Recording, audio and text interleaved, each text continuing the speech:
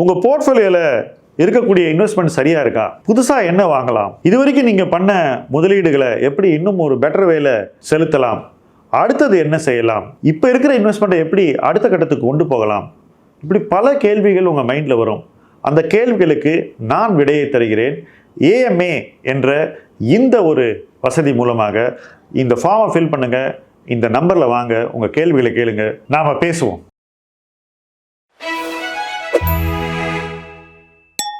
Friends, இன்னைக்கு நாம பேச போற தலைப்பு ஓராண்டில் தவிர்க்க வேண்டிய 5 தவறுகள். ஓராண்டு 5 தவறுகள். இதை நம்ம கேர்ஃபுல்லா பார்க்கணும். உண்மையை எப்படி சொல்லணும்? இப்படி மெதுவா சொல்லலாமா, அல்லது காதோட காதை வச்சு சொல்லலாமா, அல்லது ஒரு 1-2 பேருக்கு சொல்லலாமா அப்படிங்கிறது ஒரு சாய்ஸ். இல்ல அதை உறக்க சொல்லலாமா அப்படிங்கிறதும் ஒரு சாய்ஸ். மார்க்கெட் இன்னைக்கு இருக்கக்கூடிய இடத்துல சில உண்மைகளை உறக்க சொன்னால்தான் அது மற்றவங்க மைண்டுக்குள்ள போகும். கடந்த சில ஆண்டுகள்ல நடந்த சில விஷயங்கள் பலருக்கு பர்மனண்டா நடக்கும்ன்ற நம்பிக்கையை கூட கொடுத்திருக்கலாம். ஆனால் அந்த நம்பிக்கையே அவங்களுக்கு எதிரியாகிவிடக் கூடாது என்பதுதான் இன்னைக்கு இருக்கக்கூடிய மிக முக்கியமான கன்சர்ன். அதுதான் கவலை. இந்த கவலையை எப்படி எதிர்கொள்ள முடியும்? உண்மையை ஸ்ட்ரெயிட்டா லவுடா போல்டா சொல்லணும். இந்த 5 தவறுகளுமே கடந்த 5 ஆண்டுகள்ல அதிகரித்து வரும் தவறுகள். கடந்த 2 ஆண்டுகள்ல மிக அதிகமாக நடந்த தவறுகள். முதல் தவறுக்கு வருவோம். ஒரு வீடியோவை பார்த்துட்டு உடனடியாக அதில் பேசப்பட்ட பங்கை அடுத்த நாள் வாங்குவது. இதுதான் ஃபர்ஸ்ட் மிஸ்டேக்.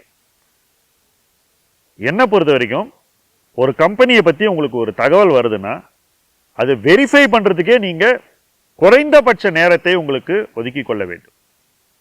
மிகப்பெரிய முதலீட்டாளர்கள், முதலீட்டு உலகில் வெற்றியையே பார்த்தவர்கள் என்றைக்கு தோல்வியை சந்தித்தார்கள் அப்படின்னு பாத்தீங்கன்னா, ஒரு தகவல் தங்களுக்கு வரும்போது அந்த தகவலை அதன் உண்மைத்தன்மையை ஆராயாமல் அடுத்த நாள் போய் வாங்கும் போதுதான் தப்பு பண்றாங்க.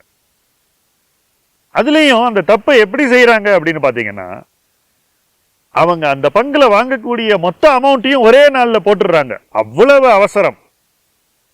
இந்த அவசரம் ஏன் வருகிறது அப்படின்னு நீங்க பாத்தீங்கன்னா, ஐயோ நமக்கு இந்த சான்ஸ் மிஸ் ஆயிடுமே, அந்த பயம் தான் அவங்கள அப்படி செய்யுது. அந்த பயம் அவங்கள என்ன பண்ண வைக்குது? அந்த ஃபியர் ஆஃப் மிஸ்ஸிங் அவுட் ஃபேக்டர்னால பணத்தை கொண்டு போய் அந்த இடத்துல கொட்ட வைக்குது. லிட்ரலி அந்த பணத்தை எப்படி குப்பை தொட்டியில குப்பையை கொட்டுறாங்களோ அந்த மாதிரி கொட்டுறாங்க. ஒரு ஐடியா உள்ள. சில நேரங்களில் குப்பை தொட்டியில் உங்களுக்கு பெரிய மாணிக்கம் எல்லாம் கிடைக்கலாம். நிறைய பேர் டைமண்ட்ஸ் இந்த டஸ்ட்னுவாங்க, குப்பையில் கிடைத்த மாணிக்கம் நம்ம சொல்லலாம். பட் அது எல்லா நேரத்திலையும் நடக்காது இல்ல. ஸோ அந்த பணத்தை நம்ம போடுற விதமே நமக்கு எதிரியாகி விடுகிறது. இதெல்லாம் ஏன் நடக்குது? நம்ம ஒரு வீடியோ பார்க்குறோம், அதுல ஒரு கம்யூனிகேட்டர் என்ன மாதிரி ஒருத்தர் உங்களை எக்ஸைட் பண்ணி விடுறாரு. என்ன சொல்றாரு? இதுல உங்களுக்கு வெற்றி கிடைக்கும் அப்படின்னு சொல்றாரு. இதுக்கு சில ரீசன்ஸ் சொல்றார். இந்த ரீசன்னால இந்த வெற்றி வரும்னு.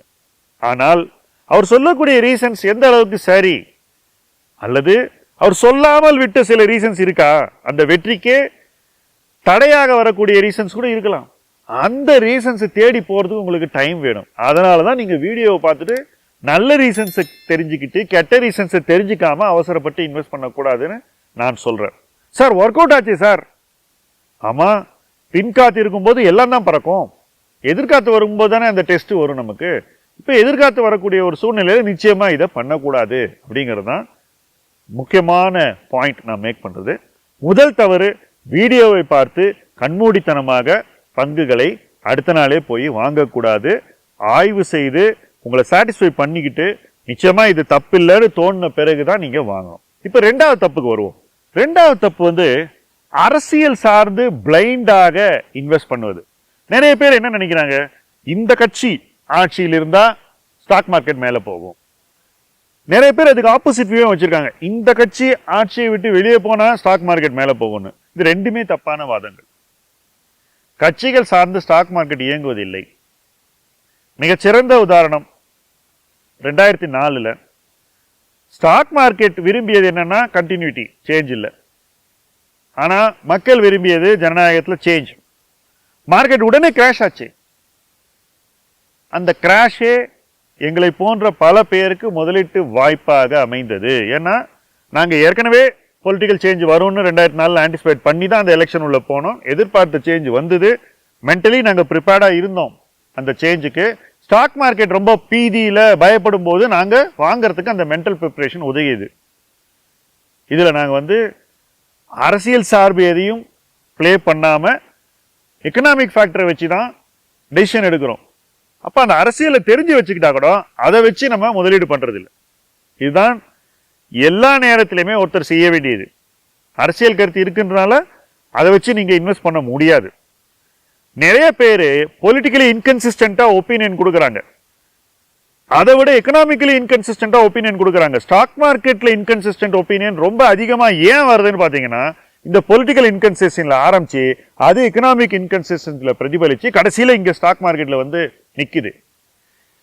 இதை சரி பண்றதுக்கு நிறைய அந்தர்பல்ட்டியெல்லாம் அடிக்கலாம், மக்கள் அதை மறந்துடலாம். ஆனா அந்த இன்வெஸ்டர் அது பாதிக்கும். அவர் பணக்காரனா ஆகிறதுக்கு அதுவே ஒரு தடையாக அமையும். ஸோ அரசியல் சார்ந்து இன்வெஸ்ட் பண்றதுக்கு இது டைம் இல்லைங்கிறத நீங்க தெளிவா புரிஞ்சுக்கணும். உங்க பொலிட்டிக்கல் வியூவை வச்சுக்கோங்க, அதுக்கு உங்களுக்கு எல்லா உரிமையும் இருக்கு. ஆனா அதை அப்படியே லேட்டரலா எக்ஸ்டெண்ட் பண்ணி நீங்க இன்வெஸ்ட்மெண்ட் வியூ ஃபார்ம் பண்ண முடியாத அத்தகைய காலகட்டத்தில் நம்ம இன்னைக்கு இருக்கோம். மூணாவது, இன்ஃப்ளூயன்சர் சொல்றத பிளைண்டா நம்புவது. ஒருத்தர் என்கிட்ட சொன்னாரு, சார் லோனே வாங்கக்கூடாதுன்னு இவர் சொல்லியிருக்கார் சார், அதனால நான் லோனே வாங்க மாட்டேன் அப்படின்னாரு. நான் கேட்டேன், உன்னுடைய சம்பளம் எவ்வளவு? நல்ல சம்பளம், மிகச்சிறந்த சம்பளம். நீ என்ன வண்டி வச்சிருக்க? சார் இந்த கார் தான் சார் வச்சிருக்கேன் அப்படின்னாரு. சரி, வீடு வாங்கிட்டியா? இல்லை சார் வாங்கலை சார். எப்போ வாங்க போற? பணத்தை தேத்தி வச்சுட்டு வாங்க போறேன் அப்படின்னாரு. சரி, ஒருவேளை வீடு விலை 2 மடங்கு ஆயிடுச்சுன்னா அதுக்குள்ள அப்ப என்ன பண்ணுவேன்? தெரியாது சார். இன்னைக்கு உன்னுடைய சொந்த காசை போடுற அளவுக்கு உங்ககிட்ட பணம் இருக்கா? இருக்கு சார். எவ்வளவு இருக்கு சார்? ஒரு வீடு வேல்யூல பாதி வேல்யூ நான் வச்சிருக்கேன் சார். சரி, அப்ப மீதி வேல்யூ தானே நீ லோன் வாங்க போற, அதுல என்ன பிரச்சனை அப்படின்னு கேட்டேன். உன்னுடைய சேவிங்ஸ்ல இருந்தே அந்த லோனை 7-8 வருஷத்துல அடைச்சிடலாம்ல? ஆமா சார், முடியும் சார். ஆனா அந்த இன்ஃப்ளூயன்சர் சொல்றா சார் லோனே வாங்கக்கூடாது, அதனால நானும் வாங்க மாட்டேன் சார் அப்படின்னாரு. உங்களுடைய சூழ்நிலை, உங்களுடைய வருமானம், உங்களுடைய சேமிப்பு, உங்களுடைய கடன் சுமக்கும் தகுதி, ஒவ்வொருத்தருக்கும் ஒரு லோன் பேரிங் கெப்பாசிட்டி இருக்கு. இது எதையுமே பார்க்காம ஒரு ட்விட்டர் ஹேண்டிலோ அல்லது ஒரு யூடியூபரோ ஒரு இன்ஃப்ளூயன்சர் சொல்லக்கூடியதை கண்மூடித்தனமா நம்புறதுனால நீங்க உங்களுடைய பிக்கெஸ்ட் எக்கனாமிக் டெசிஷன்ஸ் எல்லாம் அப்படியே ஓரங்கட்டி வச்சிட்டீங்க. அந்த டெசிஷனுடைய மெரிட்டுக்குள்ளேயே போகாம அவர் சொன்னது சத்திய வாக்குன்னு ஓரமா எடுத்து வச்சிட்டீங்க. இப்ப என்ன ஆகும்? இப்படியே 5 வருஷம் போயிடும். உங்க வாய்ப்பை நீங்க நழுவ விட்டுருவீங்க. அதுக்கப்புறம் அந்த வீட்டினுடைய மதிப்பு ஏறி போச்சுன்னா அன்னைக்கு திருப்பியும் அதே இடத்துல நீங்க இருப்பீங்க. ஏன்னா நீங்க இன்னைக்கு 50% பணம் வச்சிருக்கீங்க, மறுபடியும் நீங்க ஏத்திக்கிட்டு போறீங்க உங்களுடைய ஓன் மணி பேரிங் கெப்பாசிட்டியை, உங்களுடைய சேவிங்ஸ் ஏத்திக்கிட்டே போறீங்க வீடு வாங்குறதுக்கு. அந்த வேல்யூ டபுள் ஆயிடுச்சுன்னா நீங்க என்ன ஆவீங்க? அதே இடத்துல இருப்பீங்க.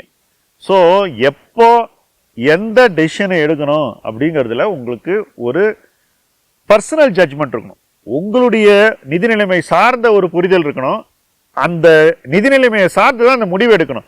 யாரோ ஒரு இன்ஃப்ளூயன்சர், அது நானா கூட இருக்கலாம், சொல்லக்கூடியதை கண்மூடித்தனமாக பொதுப்படையாக சொல்லக்கூடியதை கண்மூடித்தனமாக உங்களுடைய சிச்சுவேஷன் நீங்க பொருத்தக்கூடாது, அது சரியா வராதுங்கிறதா என்னுடைய பாயிண்ட்.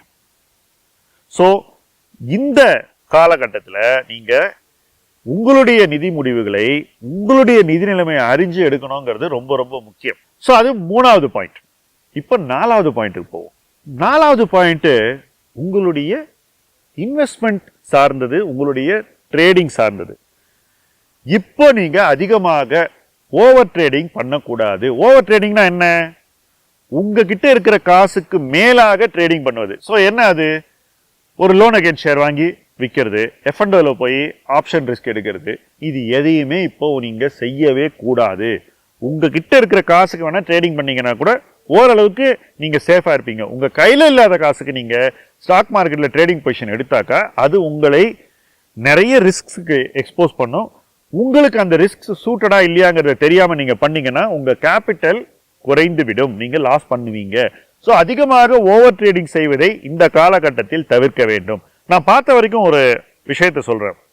இந்த மாதிரி எலெக்ஷன் வரும்போது அல்லது குளோபல் அன்சர்டனிட்டி அதிகமாக போகிற போது, ஆனப்புறம் இல்லை ஆக போகுதுங்கிற பீரியட்லயே இந்த ட்ரேடர்ஸ் என்ன பண்ணுவாங்க, ரொம்ப அதிகமா பொசிஷன் வச்சுக்குவாங்க. ஏன்னாக்கா அவங்க அதுக்கு முன்னாடி நிறைய பணம் சம்பாதிச்சிருப்பாங்க. ஸோ எப்போ ரிஸ்க் ஆரம்பிக்குதோ அந்த பாயிண்ட்ல தான் இவங்க பீக் ரிஸ்க் எடுப்பாங்க, ரொம்ப அதிகமா ட்ரேட் பண்ணுவாங்க. அப்ப என்ன ஆகும், இவங்க சம்பாதிச்சதெல்லாம் விட்டுட்டு அதுக்கு மேலேயே அவங்க கேபிட்டலே இழக்கக்கூடிய ஒரு இடத்துக்கு ட்ரேடர்ஸ் வந்துடுறாங்க. இதுதான் ரீட்டைல் ட்ரேடர்ஸ்க்கு அதிகமாக நடக்கக்கூடியது. வரக்கூடிய காலகட்டத்தில் நீங்க முக்கியமா தவிர்க்க வேண்டியது அப்படின்னு என்ன கேட்டீங்கன்னா, அதிகமாக ஓவர் ட்ரேடிங் செய்வதை. கடைசியா நம்ம பேச போறது இன்வெஸ்ட்மெண்ட் சம்பந்தப்பட்ட ஒரு ஹேபிட். கடந்த சில ஆண்டுகள்ல ரொம்ப சக்சஸ்ஃபுல்லா ஒர்க் அவுட் ஆன ஒரு ஹேபிட். ஆனா அது எல்லா நேரத்திலையும் ஒர்க் அவுட் ஆகாது. ஏன்னாக்கா நீங்க எந்த இடத்துல அது செய்யறீங்கன்றது கிரிட்டிக்கல்.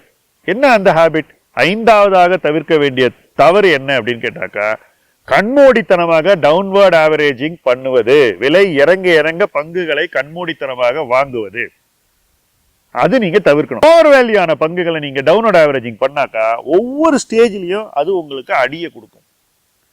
இதுல நடுவில் இந்த கம்பெனிக்காரனும் வந்து ஒரு விஷயம் பண்ணுவான்.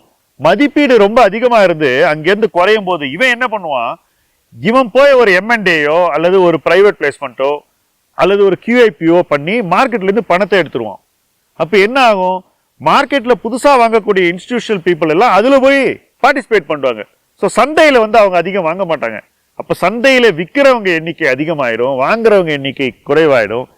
இந்த நிறுவனத்தை பத்தின எதிர்பார்ப்புகள் எப்பவுமே அதிகமா இருக்கும், அதனுடைய பர்ஃபார்மன்ஸ் கம்மியா இருக்கும். இந்த கேப்னால வேல்யூவேஷன் மறுபடியும் இறங்கிக்கிட்டே போகும். இதுதான் இன்னைக்கு சில FMCG கம்பெனிஸ்ல நடக்குது. சில FMCGல நடக்கல, பட் நிறைய கம்பெனிஸ் நடக்குது.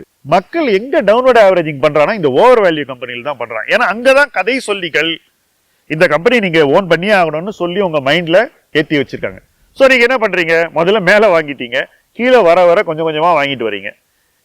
இதுல நீங்க டிசிப்ளின்டா இருந்தும் கூட உங்களுக்கு பனிஷ்மெண்ட் வருங்கிறது தான் வருந்தத்தக்க ஒரு விஷயம். ஸ்லோவா டவுன்வர்ட் ஆவரேஜிங் பண்றது டிசிப்ளின்டு வேணும்னு நம்ம நினைக்கலாம்.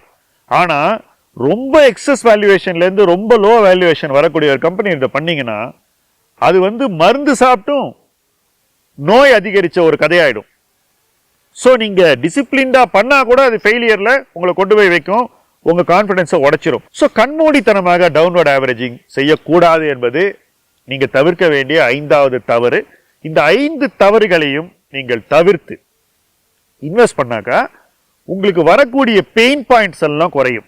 யாருக்கு வந்து பெயின் பாயிண்ட்ஸ் கம்மியா இருக்கோ, யார் இன்னும் நிம்மதியா பீஸ்ஃபுல்லா இன்வெஸ்ட் பண்றாங்களோ அவங்க எடுக்கக்கூடிய முடிவுகள் தான் இன்னும் ஸ்ட்ராங்காகவும் சென்சிபிளாகவும் ஃபியூச்சர்ல வெற்றி தரக்கூடியவையாகவும் அமையும் என்பது என்னுடைய உறுதியான நம்பிக்கை.